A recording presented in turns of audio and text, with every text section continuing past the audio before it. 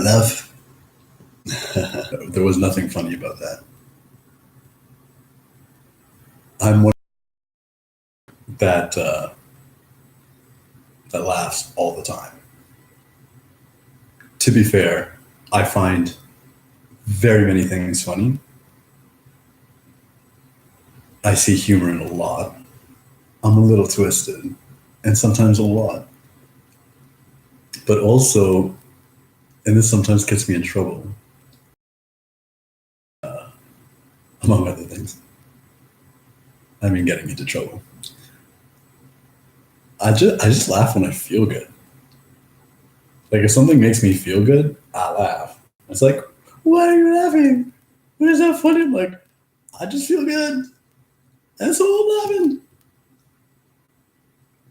So ha ha ha ha. Hi. I feel great. I feel fucking great. Clearly. Or maybe not, I don't know. I'm just telling you, if it's not clear, I feel fucking great. I think part of the reason I feel so great is I've been living off of, as a fair expression, instant coffee since I moved back home. Going on, I don't want to say almost 2 years, because that makes me feel like that's almost a year longer than I thought possible. But I ran out yesterday. And like, I don't know, man, because I'm really not lazy when it comes to taking my time. If it means like enjoying my experience more, or rather, I just have an appreciation for the difference between like warm something up in the microwave for 30 seconds or throw it in the toaster oven for 2 minutes. It's going to taste so much better after you throw it in the toaster oven, or like heat it up on the stove top. It might take 5 minutes. Fuck, it might take 10 minutes versus your 3 in the microwave. And like, I'm actually like throwing aside all the nutritional blah blah of microwaves and whatever, because like, whatever, man, I'm a microwave. What up? But the sum of the parts really is, it's like, what the fuck else are you doing? It's like, if you throw it on the stove, it doesn't take, like, walk away. It's not even like you're standing at the stove stirring or shit. Like, just like do the same thing you do with the microwave, just like wait longer, marginally, and then have like an exponentially like more delicious experience. Anyways, moral of my story is I fished out from like a cupboard. It wasn't very far. My French press, and this coffee tastes so good. I'm like, I don't even know. I made it with a little bit of coffee, a little bit of sugar, and milk, or condensed milk. Me and my mother aren't really milk partakers. But she enjoys some for her coffee.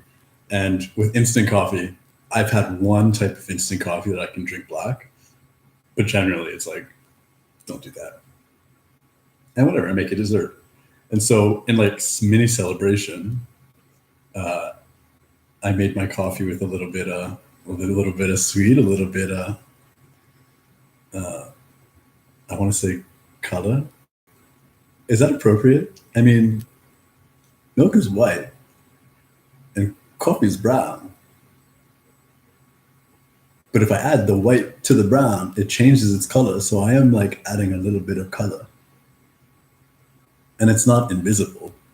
So it does have like a color. Anyways, it was so good. It made it so good. But anyways, this is my second cup. Clearly, my second cup. Whatever, man. I was happy before this. And like regular coffee, especially French press, I drink black. It is so good. Like It's interesting, the little like sufferings that we endure on ourselves to really explore either like a depth of suffering that might seem inappropriate. It's like, oh, instant coffee, my world is ending. But well, I'd rather experience my world is ending with coffee rather than, I don't know, asteroids, car crashes.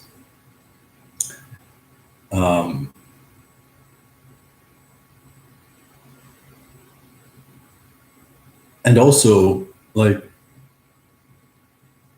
and I say, like, I stand by this, but I also stand like by this being transitionary in the shifting paradigm of like the greater world.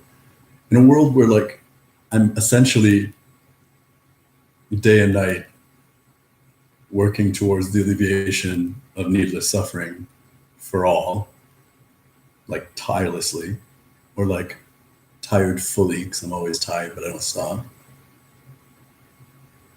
Like I choose my battles. I've mentioned this before.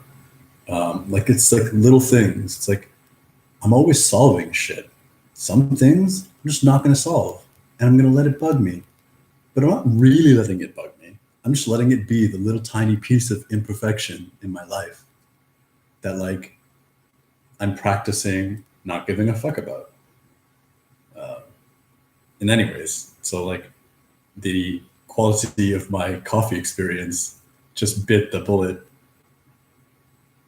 which is to say it's died and gone to heaven. All right. Woo.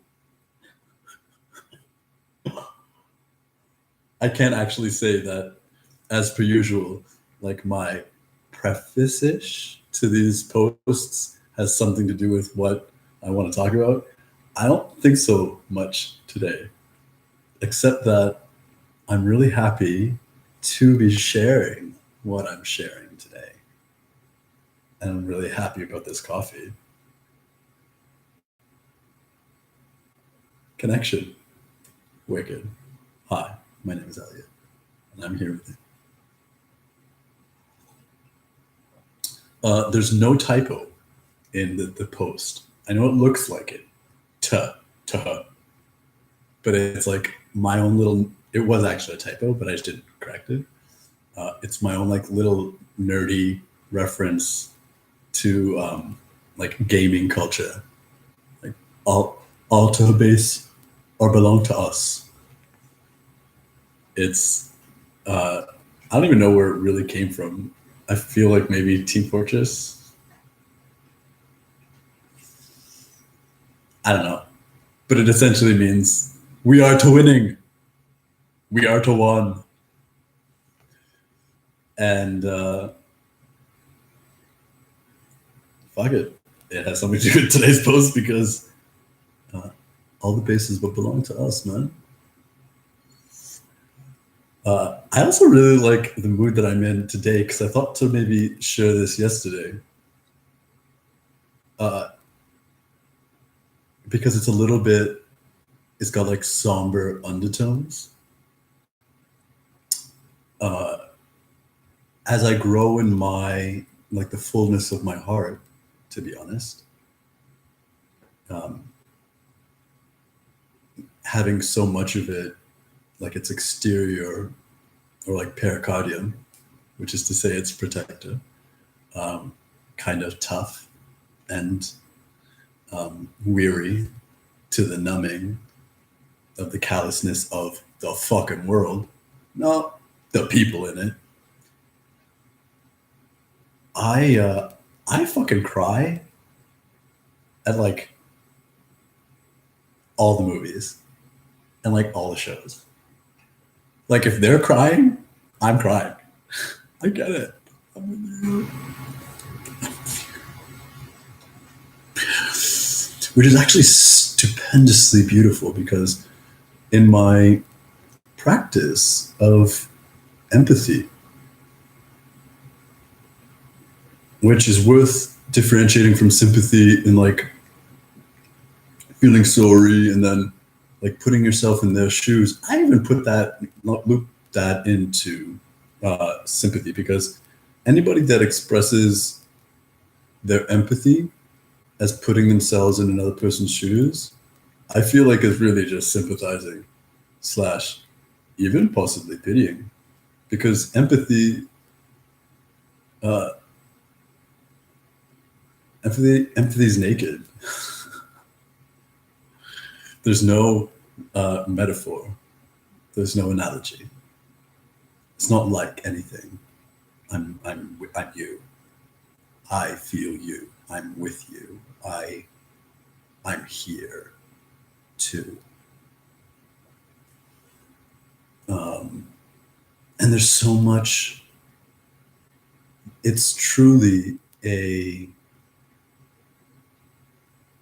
like a treasure trove of, what is a trove anyways? A treasure trove of wonder, whence you're able to, with practice, experience the lives of others while staying in yours. I'm sure I could wax that more poetic, but it's worth it to be plain and maybe more easily understood. It's like, what did you just say?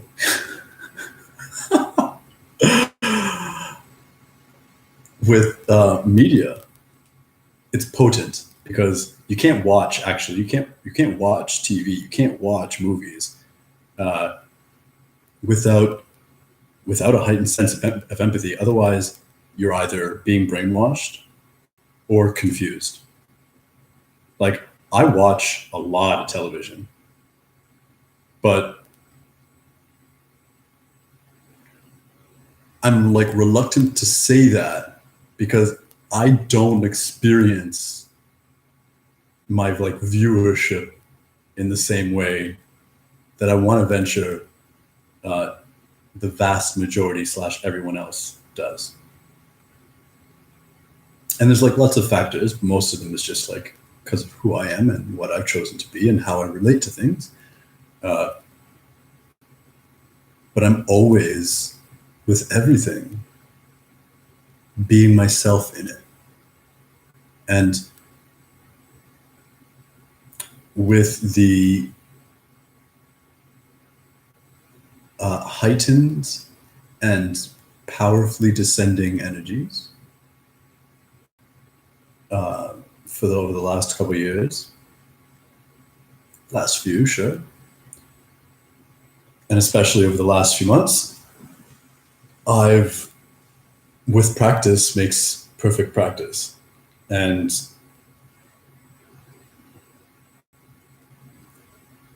there's only one story. It's not even the hero's journey, although the hero's journey is a part of that story. It's our story. It's just my story. And it's just your story. And it's just a story about us.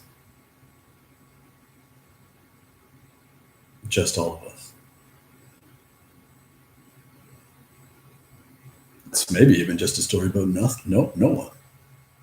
Just for the sake of being, I don't know, all-encompassingly adversarial / Elliot. Me. And moving along, I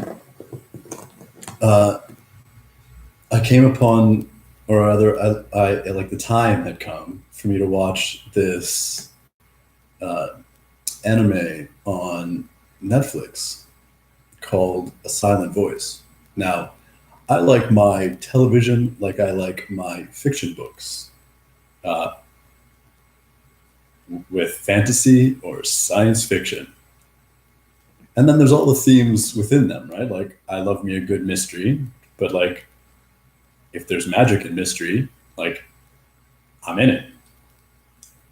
The world is like, to me, around enough and fucking boring and lacking in imagination that the last thing I want to read about is the lacking of imagination, and like kind of the falsity of my relation to it in a fiction experience.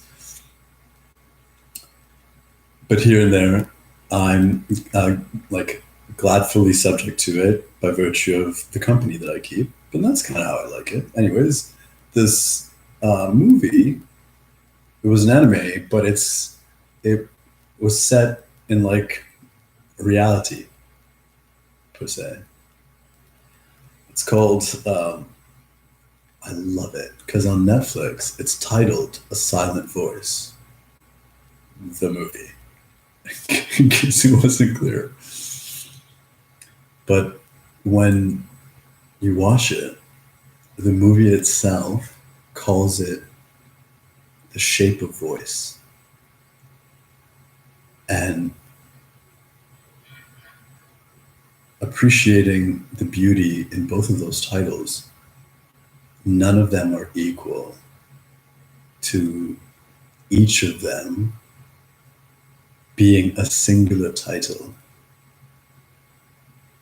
but together for the one story. I don't know, I just thought it was really pretty. Especially because like the self-confessed title of The Shape of Voice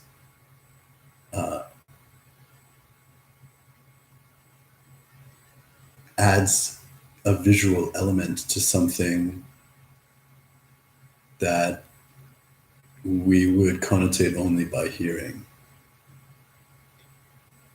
And I'm a big fan of mixing up the senses. And I won't spoil it for you, because I couldn't possibly.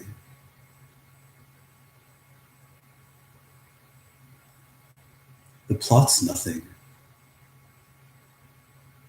If anything could be spoiled for you, you're spoiling yourself by subjecting yourself to it, really. Because how can your experience of the moments be ruined? How can your experience of, and like the evolution of your interpretation of the characters and the relationships be ruined? And like how much of a fuck do you care about how it ends when you know you're going to see how it ends anyways? And then just knowing that, I mean, unless it's the fucking Sixth Sense, which like fair dues, like didn't see that coming. Most fucking stories are the same story. And this is one about a small group of friends with like one really main character, a boy, and really a main character with him, a girl. They starts with them being like 11, and then it jumps to and tells the rest of the story from them being teenagers. And it's a story about the girl as a story element is death. And so as children, it tells the story about them kind of, and I love the Japanese culture, because without awareness, there's tons of judgment, maybe about how they act, and like why is that rude? Why is that anything? But like, and I'll spare you that because it's worthy of your own interpretation, should you fucking care. And so it's a story about how these young kids are really foreign to this concept of this young person with them being alien by virtue of how she communicates, and how they must, if they wish to communicate with her. And then so the girl ends up being bullied, and it's complex, but that's the sum of it. And then it jumps to teenagers, and it's a story of at once redemption, but something sweeter than that. It's the story of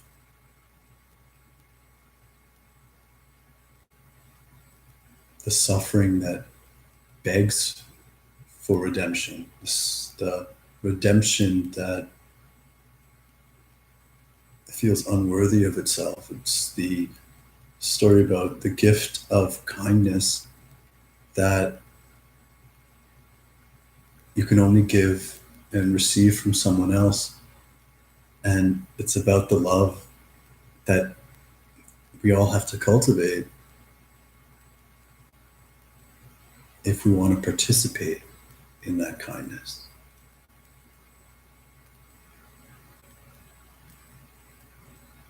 And I was already so like tender. I watched it in like 2 parts. And I thought I cried during the first like time I watched it, but then I was like, there's only like fucking 20 minutes left.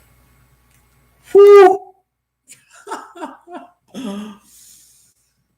I'm so grateful because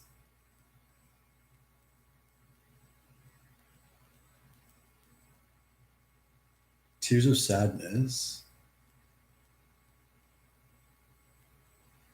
stop being woe is me when you stop considering yourself a victim in your world.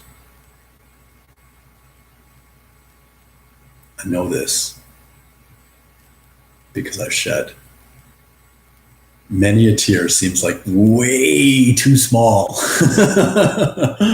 of a quantity.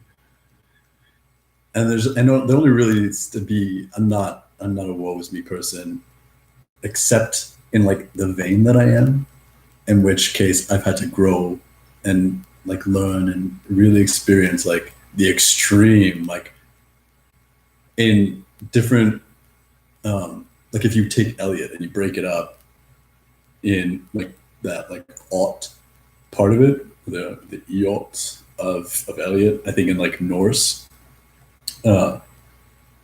means woe. So anyways, like I really relate to that pain. But once we move past it, sadness, you know what I'll say, it becomes kind of sweet. Because if you're sad, it's not because of any kind of victimhood. It's because it's worth it.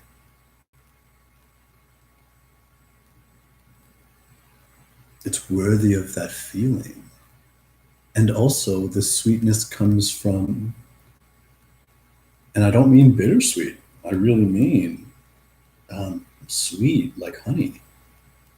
It comes from a togetherness. And it might sound ridiculous for me to feel a togetherness with a cartoon, but that would be a ridiculous presumption, because there's no such thing as a cartoon. There's no such really thing as me as much as the story. And when someone tells your story, you hear it and you're like, that's my story. And then it's like, if my story's your story, I'm not the only one in my story.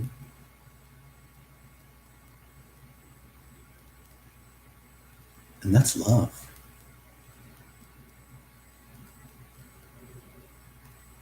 It's lovely.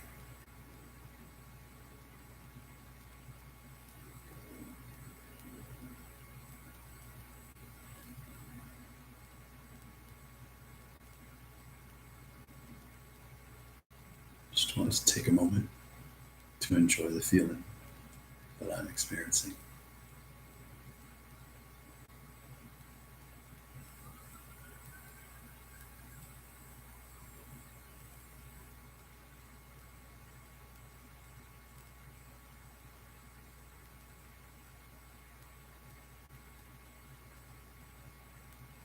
Thank you.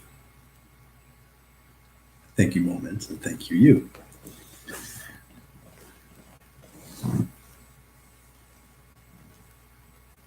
What I found especially touching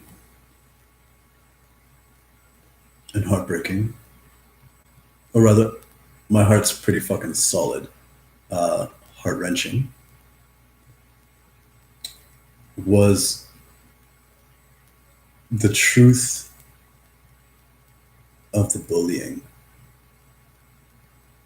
The truth of the lack of, complete lack of awareness in the children that kind of truly had no other avenue in order to pursue their actual desire for a kind of communication except for the bullying.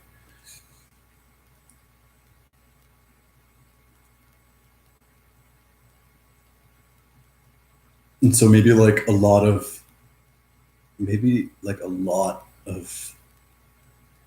people, especially parents, and although I'm not a parent yet, it's like once a parent, always a parent. So if I'm going to be a parent, I'm a parent already. And Lord knows I've done my share of parenting. Grudgingly and happily, to be fair. It's like, what's the recourse? Because that's ridiculous. I'm an adult. We know better. We should go into schools and tell them bullying is bad. Don't bully. When you grow up, you'll learn it doesn't feel good. Fuck you. Fuck you. Fuck you so hard. Go fuck yourself. If this isn't bullying, make it bullying. I'm bullying you. Go fuck yourself. That's some bullshit. Don't tell me to go not bully. Look at the fucking world. It's a bullied world. You can't fucking go tell kids, don't bully. Nothing good will come of that. And then send them off into the world to get fucking jobs and do shit that they don't want to do and be bullied. Be bullied for the rest of their fucking life. But don't bully. Because bullying is making fun. It's like, at least we're having fun. Now, is that nice? Is that kind of me? Do I look like I care? It's not about being kind. It's about always being kind. If you question my kindness, you can go fuck yourself. I don't really mean you. I'm speaking proverbially, obviously. And if not obviously, then that's what I mean. I love you. And not in the way that I love everybody, even bullies. No, I love bullies, but fuck them.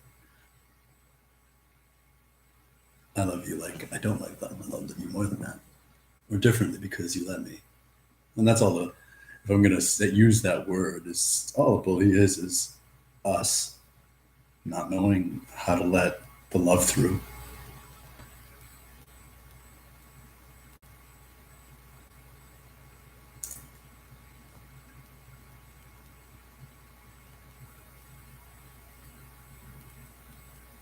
So how do we end bullying? Well, really, you'd have to end the world. Thank goodness, because we're like doing that / done that already.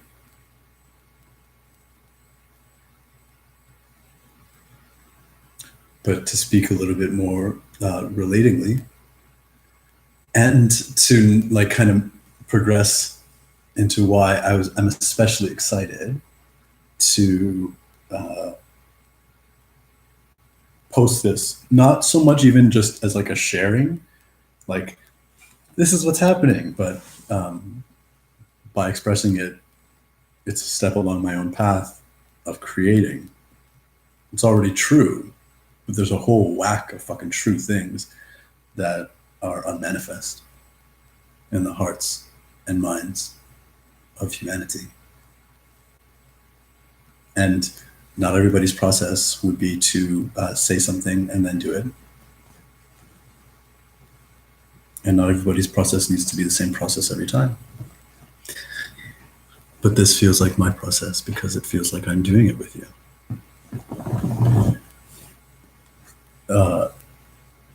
If you've really watched any of my videos, it feels like every single time I'm like, I don't really know what I'm doing or why I'm here, except that I love you and I'm trying to be closer to that love. While I suss out really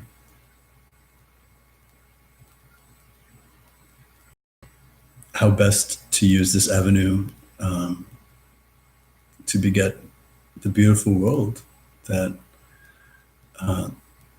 we're living in eternity. It's like, and like having the adventure of manifesting it in temporality.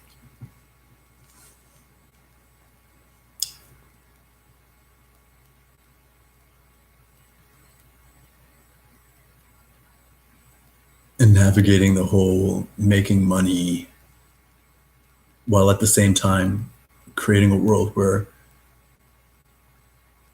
the truth of that fallacy is self-evident. Like, that's less of a paradox and more of a fucking conundrum, right?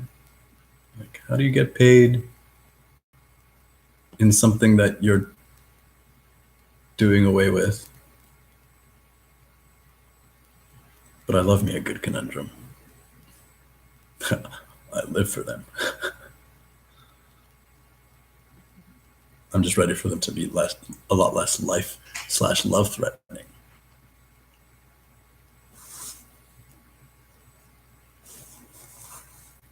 And a long story short, if you didn't know me, I love the children.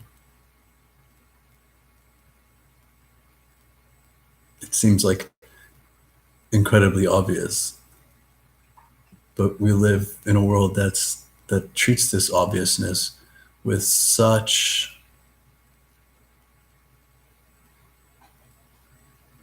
abuse and like ignorant violence. Like, why do we do anything if it's not for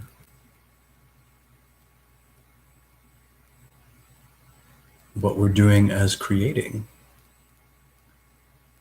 And if ourselves are what we're creating, then isn't it like super fucking obvious that our children are the extension of the selves that we are creating? Like, you don't even have to be fucking spiritual to get that.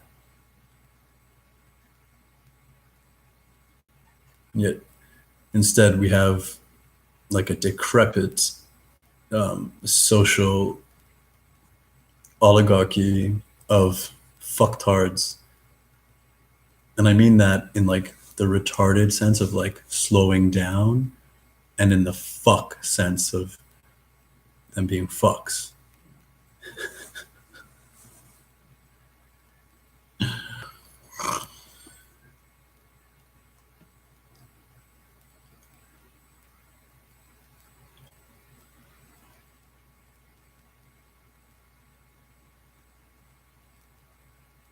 There's tragedy, and then there's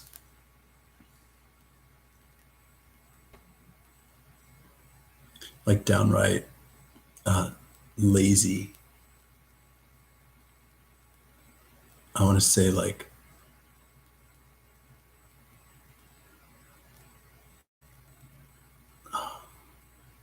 I don't know if there's a word for it. It's like evil, but it's like if you conceive of the worst evil possible while putting in the least amount of effort to be, I don't know, like dastardly or insidious or clever. It's like anybody can be cruel. It doesn't take wisdom. It doesn't take smarts. It doesn't take intelligence. It doesn't take work. It doesn't take fucking anything to be cruel. It's the bottom of the bottom, or the top of the top. Whatever like perspective you want to take of like despicable.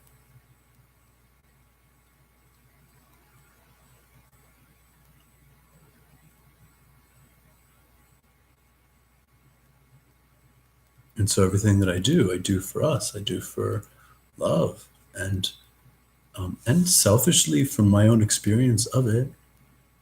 But and like God knows truly that I insist that I won't accept contentment. I won't be content with any sense of success if it's not inclusive in eternity of everyone that has or could choose that opportunity.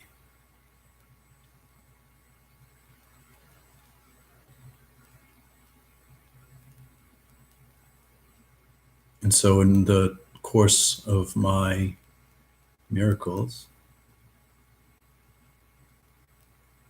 I've learned a lot. I've learned a lot of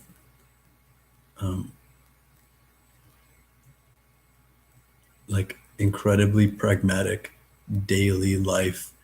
You're like, we are awesome. Let me show you how you can show yourself. It's not that hard type of stuff.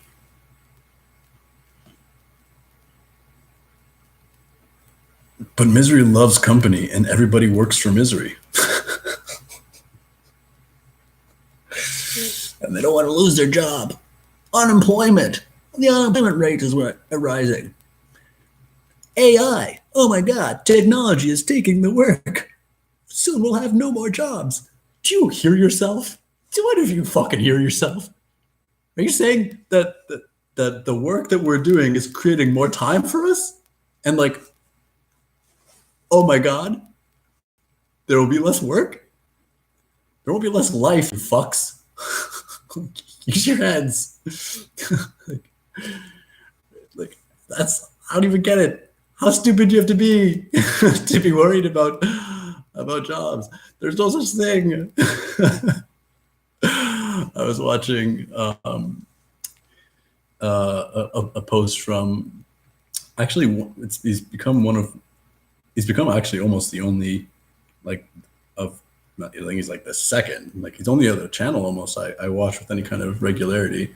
And it's like, it's just like a good, like, with him, it's more like a kill time. And he's always talking about something interesting. I think it's like Answers with Joe Scott or something like that. And like, you can tell he's just got a good fucking heart and an open heart through which he experiences his mind. He's a good guy. So it's easy time spent. And he did a post on universal basic income or whatever, and the salience of it, or, you know, how it's being applied now, whatever. And whereas I might not have always had quite particularly the self-educated awareness to make this point, the point to me now is super clear. It's like, all that does is propagate the same money market system. There's no such thing as giving everyone a basic allowance. All you're doing, it's like, what is the allowance by us? And then fuck the transaction, and let's just provide appropriately for everyone alive. But you gotta work. It's like, everybody wants to do something with their life. Go fuck yourself. Like, and if you don't, then we'll either appreciate that because it makes sense, or we won't appreciate that and you won't have a lot of friends. And then in a world where everything is a gift, the person without a lot of friends doesn't have a lot of shit. But maybe they're happy with that. In which case, don't fucking work. Not working is your work. That's how you're contributing. We need you. Thank you. I love you. It only sounds simple because it is. But then why isn't the world scripted like that? Because it's fucking scripted. So that some people can have like cleverly arranged to trick everyone else into forgetting that, like, think long term. And I'm not talking about retirement. That's like, again, that's short terming your long term. But just like, it's like, hey, we're a group of people. I'm sure we can ensure for ourselves and our children, I don't know, maybe even into like perpetuity.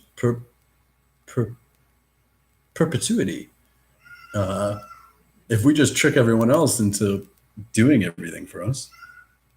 I mean, we can't do it right away because who the fuck is going to like just do everything for us? But, you know, if we take 100 years to kind of convince people to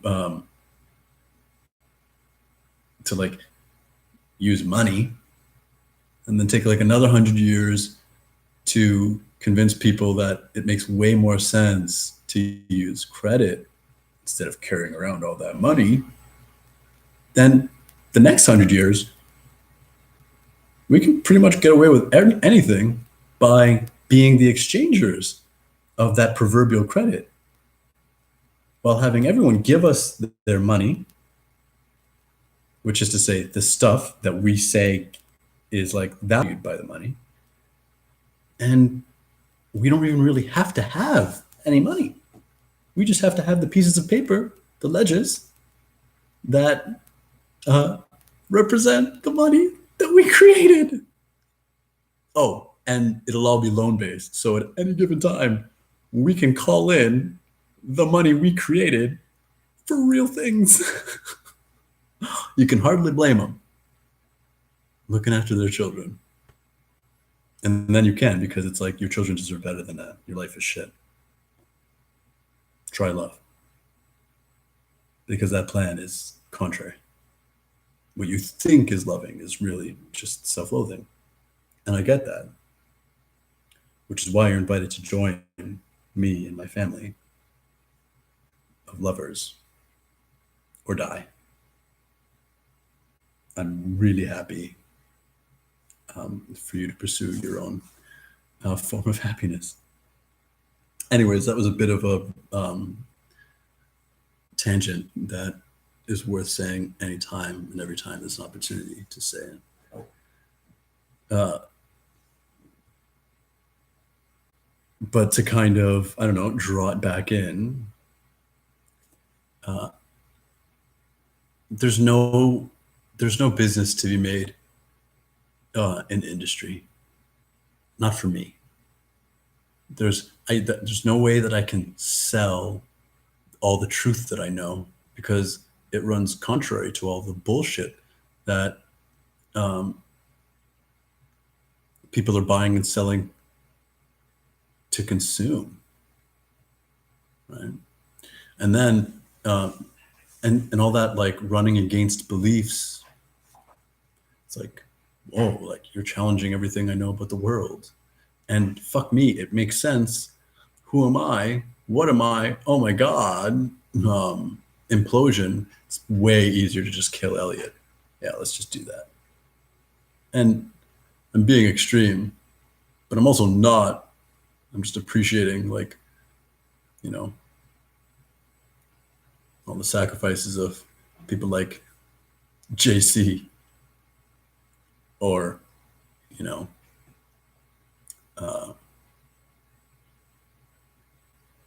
all the, like, beautiful minds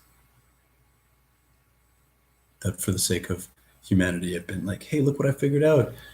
And then the world's like, you need to get a patent if you're going to make anything with that. You're like, okay, yeah. People make patents and make lots of money, and they help things, like they sure do, and then they do it, and then they kill them, and then they steal the patents, which isn't a fucking conspiracy, unless you're stupid. No, unless you're lazy, in which case there's a conspiracy of stupidity and laziness in the world. But don't believe me.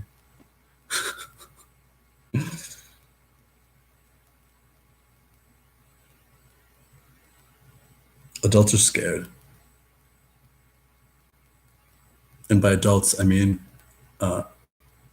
anybody that thinks of themselves as an adult. I'm not an adult. I'm a guy. And if anything, I'm a child. Seriously. It's like we all have an inner child. We all like to use that term. What is an inner child? The inner child is the you that you still could be, that you still was, and will always be when you was a kid. The you that's not your beard, not your titties, not the wear of your skin. It's not the things that you know. And least of all, it's the shit that you've accumulated. And by that I mean the good, the bad, and also your closet full of garbage. Which I mentioned because I'm clearing out the garbage in my closet today. It's great. Not that I have a lot, but it's a lot to me. So then the other kind of wonder is like, okay, but like, what are you going to do? Charge the kids? Like, kids don't have money. And then you appeal to parents. Sure, parents love to spend all kinds of shit on their kids, but that's also not the lesson. That's also not the truth. And again, I'm speaking super personally, because we all have our roles and opportunities. Like,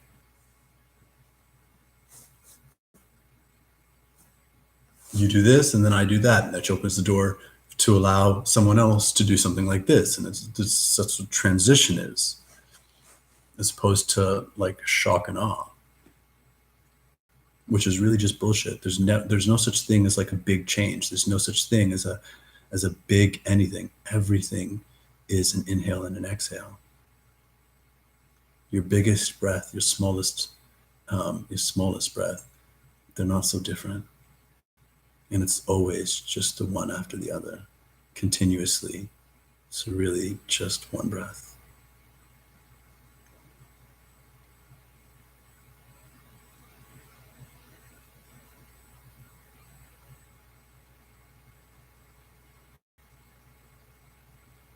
But what trumps any challenge of money making one way or another is that kids are thirsty. And kids these days can be like, I'm 34, I'm a fucking kid. And I'm not like dying of thirst, but I love me a good drink, especially when it's love and wisdom and it empowers me.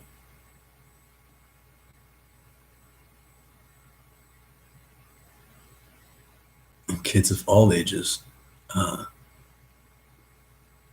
love that juice, yo. And technology is as such that like making YouTube videos is like,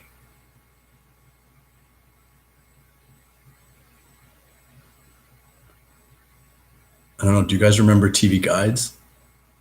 Yeah, that's it's like, that's, kids are like, YouTube videos. I've been making YouTube videos since my parents were fucking taking pictures of me and blasting it all over fucking Facebook and YouTube and everything is funny. I'm a YouTube celebrity. Madness, but also true. And while we can deplore the tragedy of that, really, that's not something you give a shit about.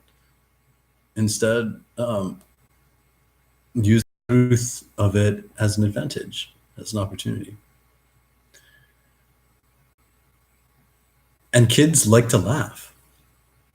Kids find lots of things funny. I love destroying taboos, and kids deserve to live a life without any. Just truth. And fuck me, World of Warcraft is still $15, $16 a month. So if all the kids are fucking paying for World of Warcraft, they're gonna afford something that they're not getting and they fucking deserve, which is school. I have a journal. It's my first journal. Really, I started writing it in 2008. And why I say it's my first journal is because before that I just wrote on pieces of paper and scraps and everything like that. For practically my whole life before that. And I remembered after I thought of this, that I wrote while, where was I? I was backpacking Europe. I remember I was on the train, I think to Greece, to Athens. And I'm pretty sure I met this girl that I'd like slept with in Thailand. And it was like super awkward. Like shame. And just all around embarrassing. An episode of unfortunate immaturity. And so we didn't really admit it because it was too weird. / there was like lots of alcohol and memories fuzzy. But like pretty fucking sure. Like confident. And so instead we had this like said but not said experience of like healing by spending a little bit more time together. And with like, I was traveling with like some Japanese guy at the time, and she was traveling with her sister, and it was, I don't know, we left healed really kindly. Anyways, on the train, I remember writing this entry, and so this is what I was recollecting. This like grand ambition. Oh, how old was I when I did Europe? It's like 23? 23 or 20, 23 or 24?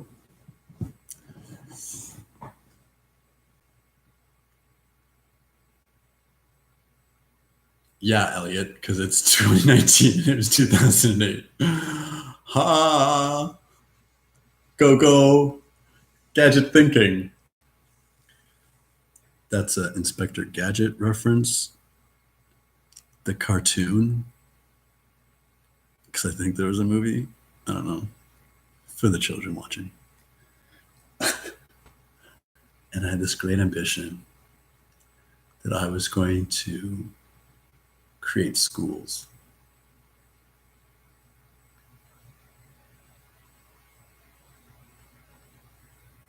Academies, I called them.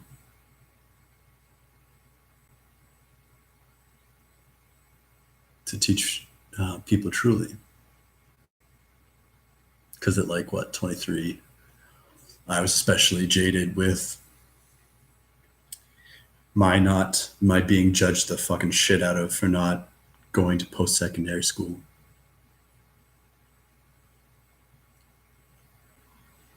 I'm of the generation that like just on the back end of being ashamed of not being able to afford it, you know, of having a single parent household where no, my parents didn't put away money for me for school.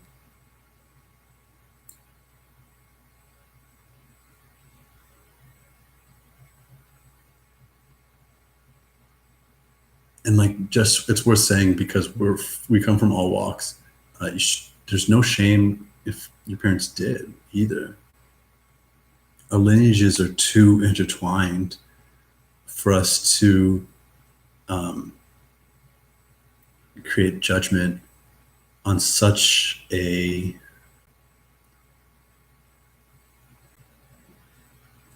like tangentialized point of comparison.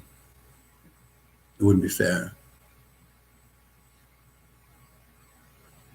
It's like I was saying earlier, like we need like your parents to be paying for you to do that, and we need my parents to not, so that we can receive all of the feedback, and part of which is like, you got that, I didn't, and yet we're both in the same ship of like, not good enough. So that's not a point of contention. Let's move on.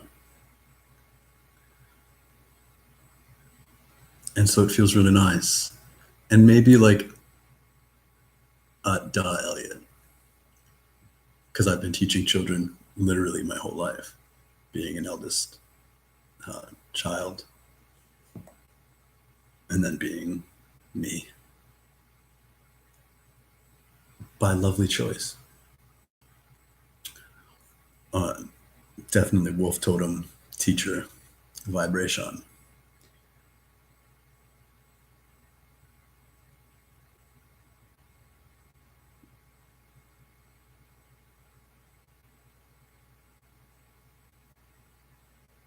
So, you know what?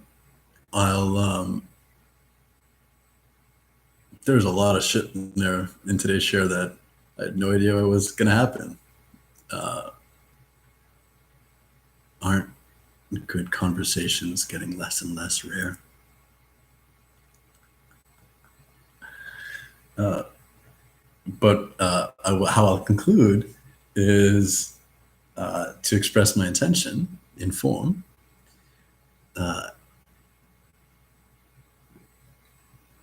In the last few videos, I've kind of alluded that I'm going to be creating a new channel. I couldn't allude to more than that because I didn't really know what I was going to do. But now I do. Because everything that we share in this community of living, really, and creating a new,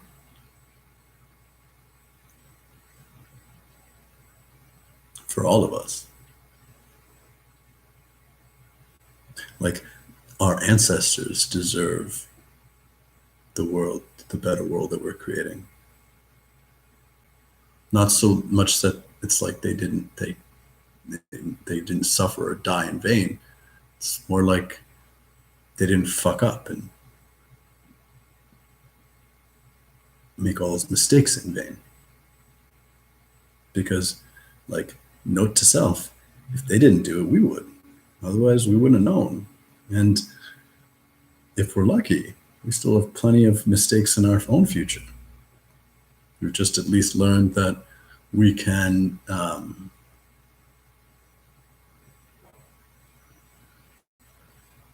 make mistakes. That doesn't change how much we love each other at the end of the day.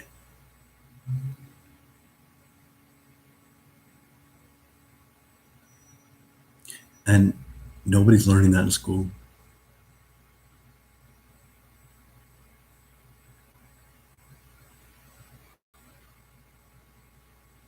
And the rare, super few, actually useful, practical,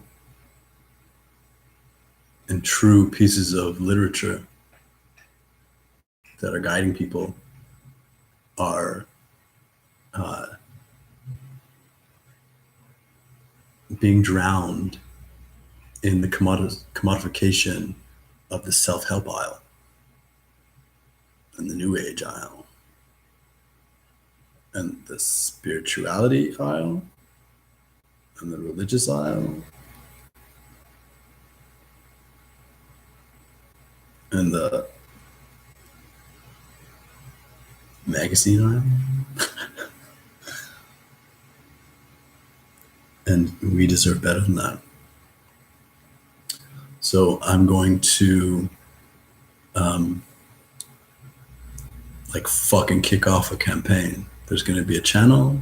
There's going to be, I already have a bit of like a charity donation campaign that I'm going to remaster,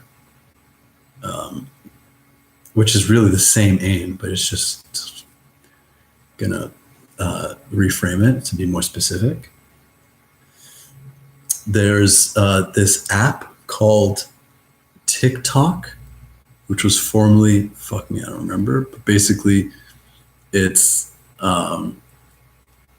like a singing along app, or that's how it started, and now it's basically like just like an arts, like a dramatic arts app, where it's really popular with kids, or rather, and by kids I mean how I defined it earlier, but especially the age ranges, that's what I'm saying.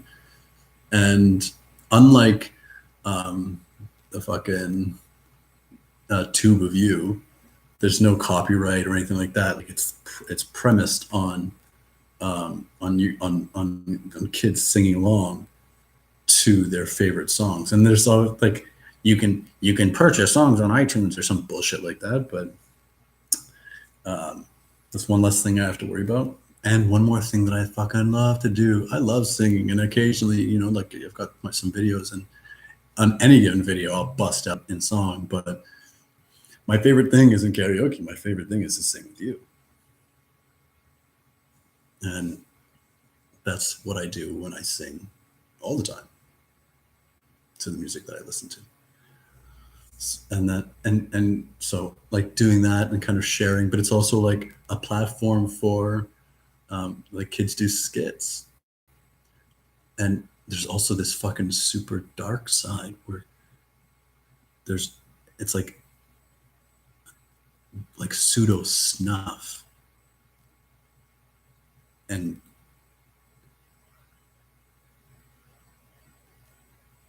it's like past tragic. No, it's not. It's like past tragic by tragedy. Like it's not right. Not that it shouldn't be being done. It's like, how could we let it get to this? Oh, right. It wasn't a me. It wasn't a me. It was a we. So fuck you, tube. We're going to do it. We're going to do it our way. And so there's that. I'm also going to like repurpose like a Facebook account. I'm just gonna like I have to do it the most fucking lazy / like easy way, because this is the most like technologically exposed that I really, it's taken practice to do this. I want to be beside you. I want to be in the field under the sun or the stars, climbing trees. I do not want to be connecting to people in this fake ass way, but one foot in front of the other. There's no such thing as online dating. There's only in life meeting and then closing the spaces. And in life meeting, that can happen in any way. And there's actually a deeply soulful and like cosmologically simple and like reasonable. It's like, oh, that makes sense. That's how we're actually all meant to connect. And that's because we know each other and we love who we love. No matter who we are, as long as we continue to choose to be like our points of attraction, then the soul that is our point of attraction tends to be the same soul we're attracted to, like a point of light. Unless our resonance fields become so disturbed, and then with effort confused, then you basically, gotta hope to bump into them, which can happen.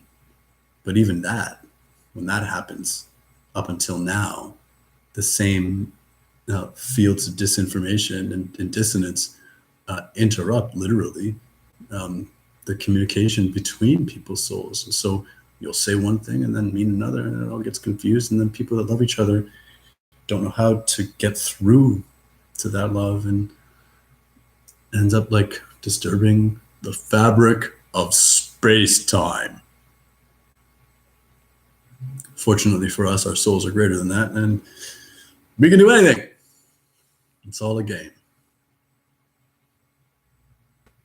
And that's a useful way to look at it when it's useful, and it's not when you want to look at it in a way that's kind of what we might call more serious. And I approve. Do what makes you feel the most true. Perspective is choice, and perception is malleable. It's all in your mind. But your mind is not small. Your mind itself is all. Like all of your mind is in the all. So let me say it again. It's all in your mind. And your mind is in the all. So have fun with that. And then have fun with me. Because I want to have fun with you. Like right now. Okay, I'm going to go Goodwill a bunch of shit. Yeah, buddy. Thank you for joining me. I really do mean it when I say I love you. And I wouldn't ever stop until I knew that you could hear those words. And I won't ever stop until I can feel you hearing those words while I'm sitting next to you. All right. Go team. Okay. Have a lovely day and a lovely night and a lovely you and I. Until again, namaste. Peace.